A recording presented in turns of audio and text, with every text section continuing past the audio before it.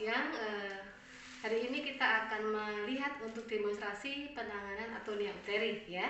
Sebelum kita masuk ke demonstrasi, kita akan melihat alat-alat dulu ya. Alatnya apa saja ya. Mari kita lihat untuk alat-alatnya ya. Di dalam bak instrumen kita memerlukan satu pasang handscoon pendek ya, kanan dan kiri. Satu pasang handscoon panjang, kanan dan kiri juga ya. Kemudian kita memerlukan kasa kering 2 atau 3 buah cukup ya. Kita memerlukan kateter. Di sini kita lihat kateternya ada 2 ya. Kateter ada 2. Kateter yang kecil nomor 18. Ini nanti untuk pemasangan kateter urin masuk ke kandung kemih. Kateter yang besar ini nomor 24 atau 26. 24 atau 26. Ini nanti untuk pemasangan kondom kateter ya. Kemudian kita memerlukan 2 buah sepet ya. Sepet ini satu sepet untuk memasukkan oksitosin ke dalam flapbot infus RL untuk oksitosin drip. Sepet yang satunya nanti untuk menyuntikkan ergometrin kepada pasien kalau pasien tidak ada hipertensi ya. Kemudian untuk kondom kateter ya, tadi selain untuk ada kateter ukuran besar, kita juga memerlukan 1 buah kondom ya. Kemudian 1 buah tali pengikat yang lembut tapi tidak tajam, kuat juga ya. Kemudian kita memerlukan tampon kasa ya. Tampon kasa ini adalah tamponnya ya untuk memasukkan kondom kateter. Kemudian kita akan melihat untuk obat ultratonikanya. Obat ultratonika yang kita perlukan adalah oksitosin. Nanti kita akan masukkan 2 buah ampul ini, 1 ampulnya 10 international unit. Kita akan masukkan 2 ampul ke dalam setiap flapbot RL ya. Kemudian nanti kalau pasien tidak hipertensi, kita berikan tambahan metergin. Metergin nama lainnya ergometrin, nama lainnya metil ergometrin ya. Ini 0,2 mg 1 cc. Kemudian kita juga memerlukan misoprostol. Ini antisipasi jika pasien mengalami hipertensi dan dia tidak dapat diberikan ergometrin, sehingga kita akan memberikannya misoprostol. Memberikan misoprostol 3-5 tablet via anus ya, 600 sampai 1000 mikrogram. Kemudian kita memerlukan kapas DTT untuk vulva hygiene 5 atau 7 buah. 2 buah bengkok ya. Kemudian kita ada safety box. Ya, nanti sepet dan jarum yang setelah kita pakai langsung masuk safety box. Ada tempat sampah nanti untuk membuang sampah-sampah infeksius ya. Kemudian ini tempat sampah untuk yang bukan non infeksius. Kemudian adalah baskom klorin. Ya, oke. Kemudian harus kita ingat di masa Covid terutama dalam menolong pasien harus menggunakan APD yang lengkap. Seperti yang saya pakai ini ya. Saya menggunakan jas atau gaun ya. Kemudian saya menggunakan apron. Ya, saya menggunakan masker, saya menggunakan penutup kepala, kemudian saya akan menggunakan face shield, ya, akan menggunakan penutup wajah, dan yang terakhir saya akan menggunakan sepatu yang tertutup rapat. Ya. Terima kasih, itu alat untuk pertolongan atonia uteri. Langkah kita setelah kita menggunakan APD tadi, kecuali untuk facial kita tunda dulu ya. Kita akan lanjutkan dengan cuci tangan. Untuk pertolongan persalinan kita akan lakukan langkah cuci tangan secara 7 langkah karena kita akan menggunakan handscoon panjang ya. Mari kita lihat langkah-langkahnya ya. Yang pertama kita basahi dulu tangan kita dengan air ya. Kemudian berikan sabun kira-kira 3-5 cc. Kita lakukan langkah 7 langkah ya. 1 2 3 4 5 6 ya. Kemudian 7 ya. Kemudian kita bilas tangan kita. Ingat posisi jari harus selalu lebih tinggi dari siku ya. Jari harus selalu lebih tinggi dari siku.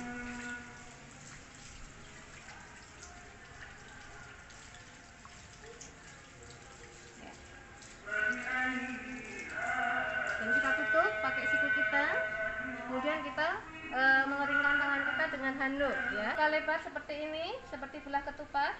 Kemudian kita keringkan sela-sela jari kita dulu, kanan dan kiri ya. Kemudian daerah bawah, lengan sampai bawah, gantian ya. Baru kita keringkan bagian belakangnya. Setelah kita mengeringkan, pastikan tangan kita sudah bersih, tidak ada lagi kotoran yang melekat.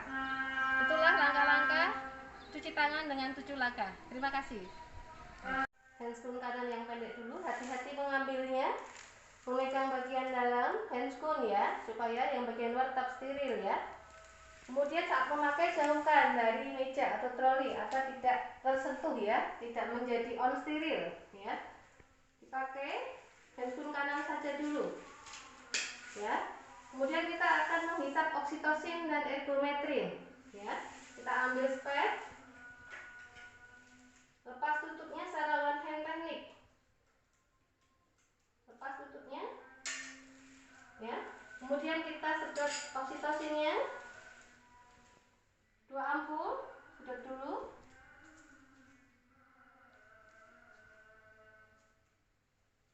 Ya. Untuk safety box, kemudian ditambah 1 ampul lagi.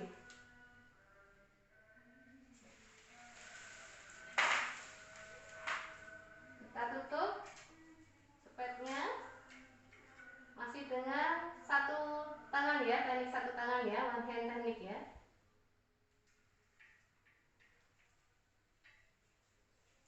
Menutupnya begini ya. Kemudian kita sedot lagi untuk ergometrin, ultratonika yang kedua, 0,2 mg 1 cc ya.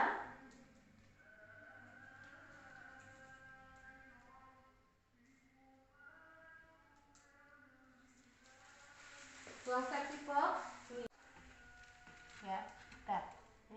Ergometrin dengan masih selalu one hand teknik.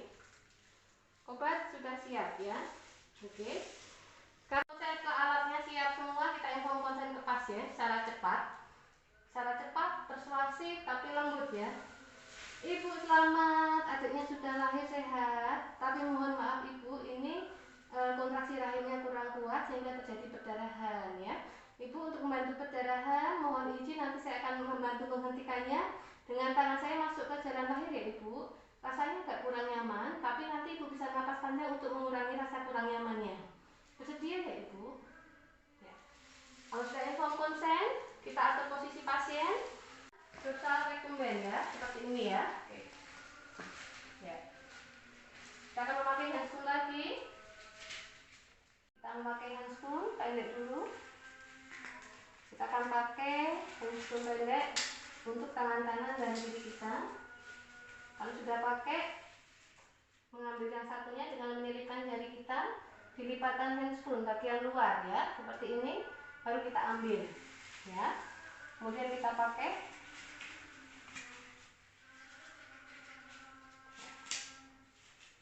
Kemudian kita akan melakukan vulva hygiene ya.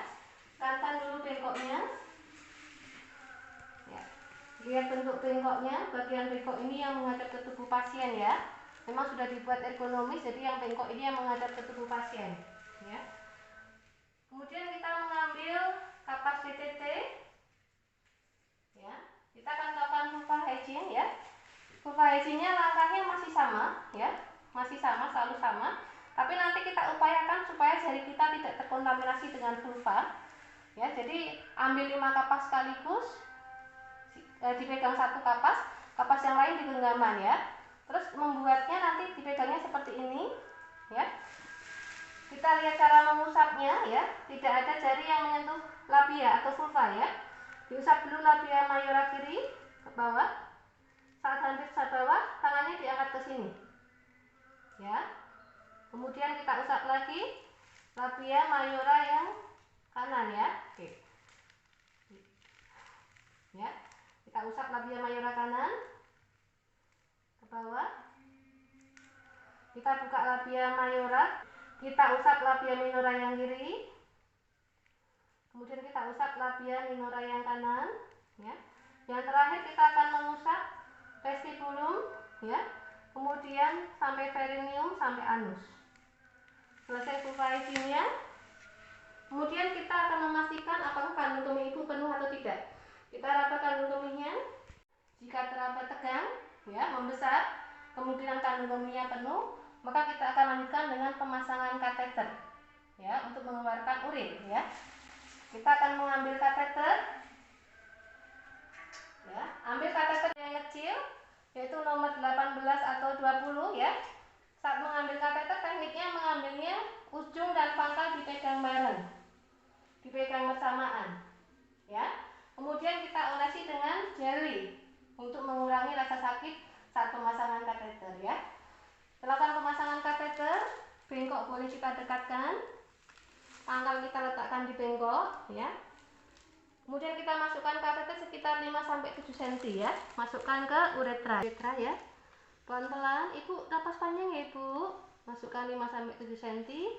Kemudian suprasimplisis atau kandungmi boleh kita tekan sedikit ya. Sampai urinnya berhenti mengalir. Ya. Kita keluarkan, saya keluarkan Ibu. Silakan napas panjang. Ya, kita singkirkan bengkoknya. Taruh di bawah ya. Kemudian cuci tangan di klorin, lepas handscoon kanan, kita sampaikan. Kemudian kita akan menggunakan handscoon panjang yang kanan ya. Kita menggunakan handscoon panjang yang kanan ya. Kita pegang.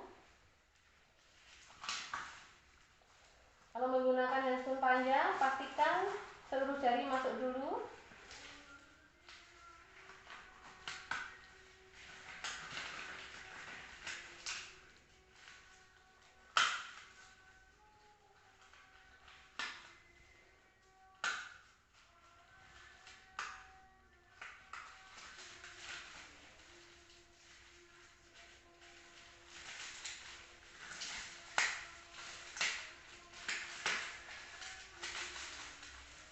Ya, kita pakai sampai pangkalnya habis ya. Ya. Kemudian kita akan membersihkan vagina pasien dengan kasa steril ya. Kasa ini untuk membersihkan bekuan darah yang ada di dalam vagina. Kita usap vaginanya ya.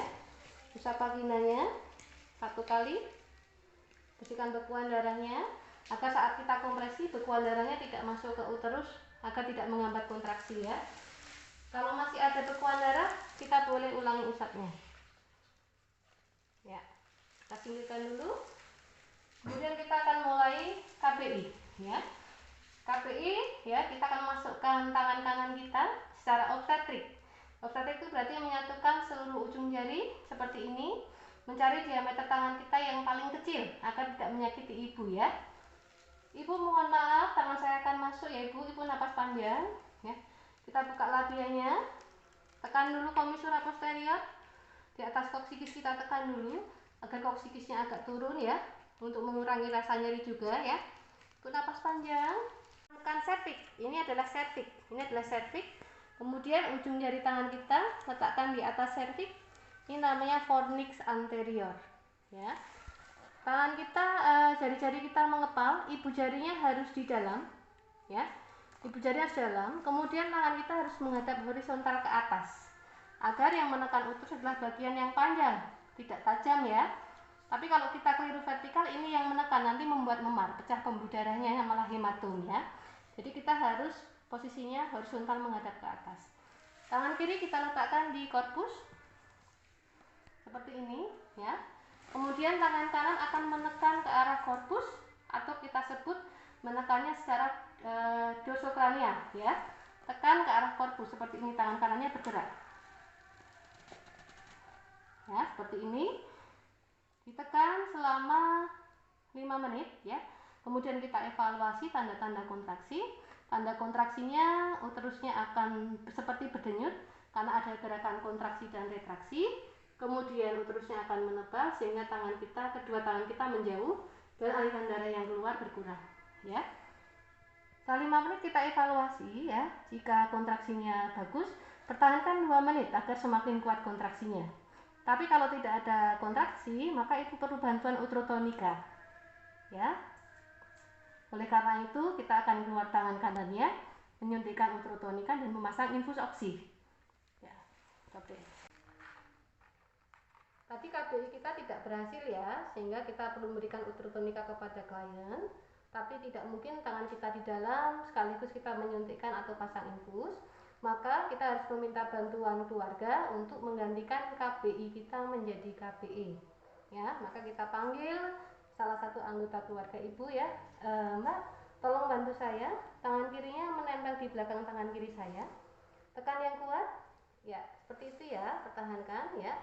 Kemudian tangan kanannya tolong mengepal, ibu jarinya di dalam, letakkan di suprasimfisis. Ya. Kemudian kita rangkul dengan tangan kita seperti ini, dipertahankan kuat seperti ini ya Mbak ya. Iya. Ya. Kalau sudah yakin kuat, tangan kiri kita membuka labia mayora, tangan kanan keluar secara obsesif. Kita keluar secara pelan-pelan. Ibu tolong napas panjang Ibu ya. Kita keluar. Kemudian keluarga sudah melakukan KBE, berarti perdarahan tidak akan mengalir deras lagi. Kita akan mempersiapkan untuk suntik uterotonika dan pemasangan infus oksitosin ya. Cuci tangan dulu, kita diklorin.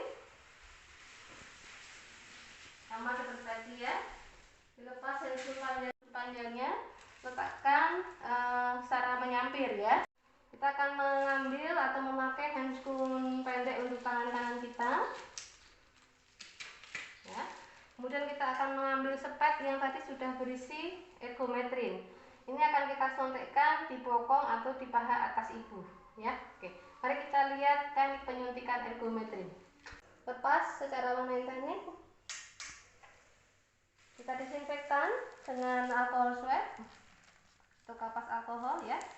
Kita suntikkan ergometrin 0,2 mg atau 1 cc. Diaspirasi dulu. Kemudian kita suntikkan. Ya. Kita buang sepat yang sudah terpakai langsung ke safety box, tidak boleh ditutup lagi ya, langsung masuk ke safety box. Ya.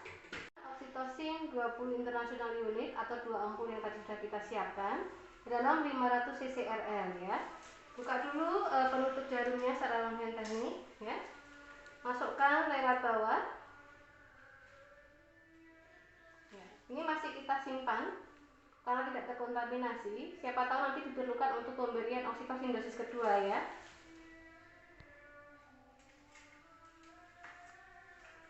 Kemudian RO yang berisi oksi kita kocok secara adekuat agar dia merata.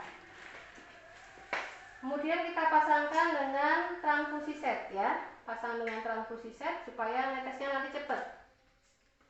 Ya, oke. Kemudian kita pasang ke klien.